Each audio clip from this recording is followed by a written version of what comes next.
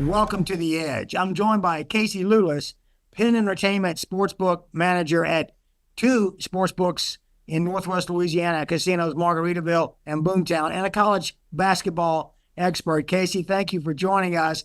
Let me ask you, as people look at March Madness going forward to the championship game in early April, what are some bets you like going forward? Specifically, what everybody wants to know is, where should I go with my Final Four, Final Two, and champion? Who are your Final Four picks, Final Two, and who's your NC2A champion this year? I got down to UConn, Iowa State, Mississippi State, Baylor, UConn, Baylor on that side. UConn getting to the final game. On the other side, I got some upsets. I got Duke and Kentucky. TCU getting past Purdue and winning a matchup against McNeese State, eventually losing to Tennessee. So I got Tennessee, Kentucky on one side, UConn, Baylor on the other. Kentucky, UConn, and UConn getting the ring again, back to back. I could be feast or famine on Kentucky. Most people don't realize they've had their whole team for about 6 games. For whatever reason, John Calipari's teams usually get more defensive as the year goes along, and these guys just don't want to seem to buy into the defensive mentality that you need to get there. But there's also 8 to 10 guys that are NBA worthy. So sometimes the cream rises to the top. Couple of things. Like I said, I got Mississippi State getting a game or two. That would be beating North Carolina. Also got Grand Canyon getting 2 wins. Baylor beating Arizona. As I said, Purdue, TCU. McNeese State could get a win or two. 30-win team. Will Wade, LSU, back in it. I'm sure he would like to show what he can do. A lot of people are thinking James Madison, I believe, also another 30-game winner. They went to Michigan State in like game 4 this year, came away with a win. So them upsetting a 5 in Wisconsin. NCAA, I think they stack these 5-12s. To say that a 12 always upsets a 5, I don't think they're true 5-12 matchups. A lot of these teams, they slide in that 12 slot and they could be a 10 team, but they just like that angle for the public. So that's where I'm at, Larry, is Kentucky, Tennessee, UConn, Baylor, and UConn. It's funny too, because you look at the way some of those early games are. You got Nevada, Steve Alford, Nevada. Now, so for those who aren't familiar with, UNLV is Las Vegas, Nevada, UNR is University of Nevada, Reno, up in Reno.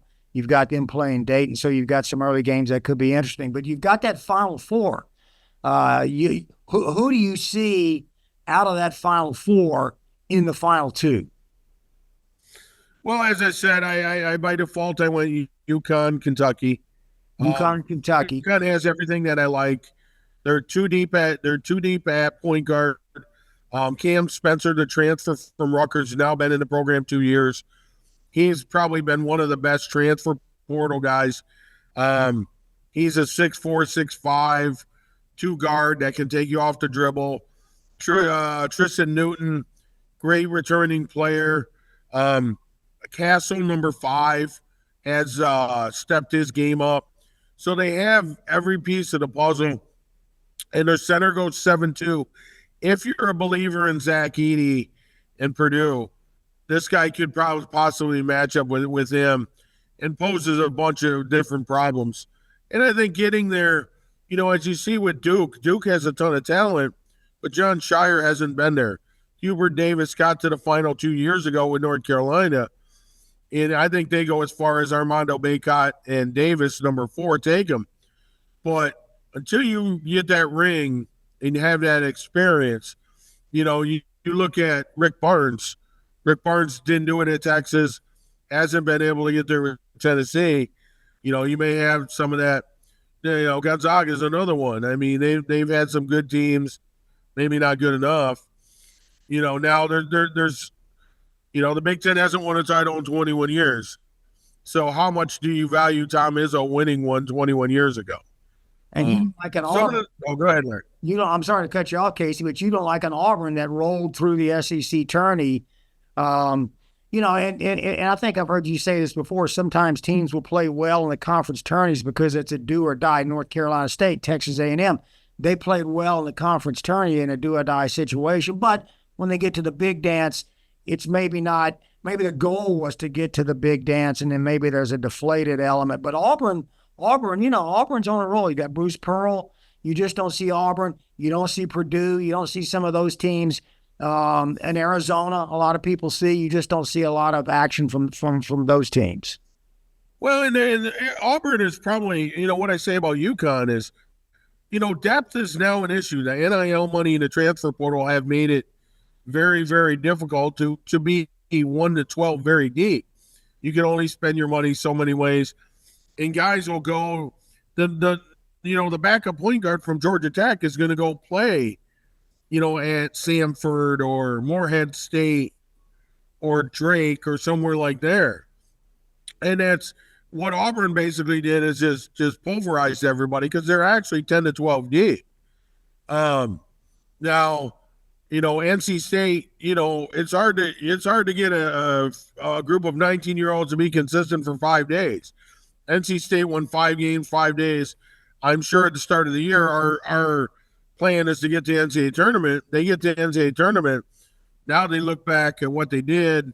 Are they really ready when they get off the bus to go and advance that?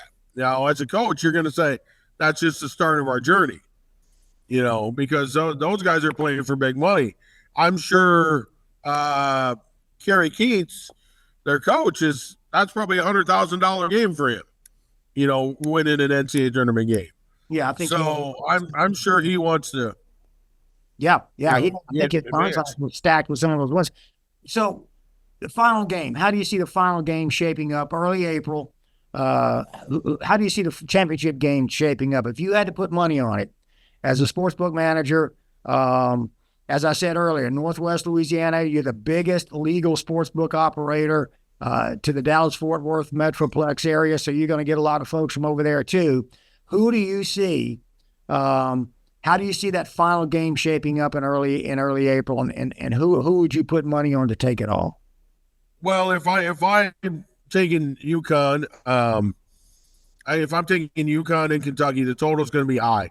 I would make UConn about a 6.5, 7 point favorite. I would put a total of, it sounds crazy, about 161, because that game's going to be in the 80s. Here's a couple of things that I found, Larry. I found interesting. I found a wager. Will a number 14 win a game? And that was the yes is at a plus 140. Now, I broke that down to, I would need Akron to beat Creighton. I would need Morehead to beat Illinois, or Vermont to beat Duke. And Morehead may just beat Illinois. Me and you were talking earlier today, and the Big Ten, to me, was just absolute trash dumpster this year. It was their worst season. Coaching, player movement, it's just not up to snuff. For me, the value, if you say, hey, I don't like UConn repeating, to win the East region, you can get Auburn at 4-1. You can get FAU, who was just there, at 40-1 just to win the region. In the Midwest, because let's remember, everybody, you do your bracket or you're looking for games, or it's usually one that absolutely blows up, and I think it's the Purdue region, the Midwest. You can get TCU at 28-1 or McNeese at 80-1. You just have to win those 4 games. Now, that sounds easier said than done. And lastly, we had a conference. You can pick the conference to win. And I'm thinking, if you really like Alabama and South Carolina and Florida and Kentucky and Tennessee, taking the SEC at plus 425, there's a ton of value there with the teams that you get. So to walk to the window and say, let me have that for 100, and you walk away with 525 if one of them wins, I think is just extraordinary value. Yeah, you got Kentucky, Tennessee, Auburn, Mississippi State to roll. Yeah, you got a lot of good teams. It is surprising, the Big Ten, you had Michigan, always a dominant team, real low this year. Now, UConn, I don't think, and correct me if I'm wrong, I don't think there's been a back-to-back national champion since, I think, 06, 07, Florida, or somebody like that. I may be wrong about that, but I think you're right. Early may be the best coach in the country, according to a lot of people. If anybody's got a shot at a back-to-back, and as I think you told me earlier, we were talking, they're playing in Brooklyn, which is basically a home game for them. So, yeah. So I don't know. It sounds solid. Let me ask you before we sign off. Give me, if I'm walking up to your counter, and wanting to do some not most valuable players. You've told me before, most outstanding players. So what they have is, give me some options. They call it most outstanding player, and it's for the whole tournament. I know I do have Tennessee in the Final Four. So Dalton Connect came from Northern Colorado, and he transferred to Tennessee. And I got to believe he's SEC Player of the Year. I'm not too much in awards, but you can get 12-1 on him. And if you're a believer in Tennessee, I think that there's value there because they go as far as he takes them. Also, now on that flip side, if you're UConn and you're a UConn believer, I don't think it's a 7-2 kid, and they're going to need something from Cam Spencer. But Tristan Newton is their guy at 9-1. Also, too, when we were talking earlier, Larry, don't fall in love with a conference that starts out bad. Just like when the bowl games and a team, a conference starts out 0-3, they generally don't bounce back.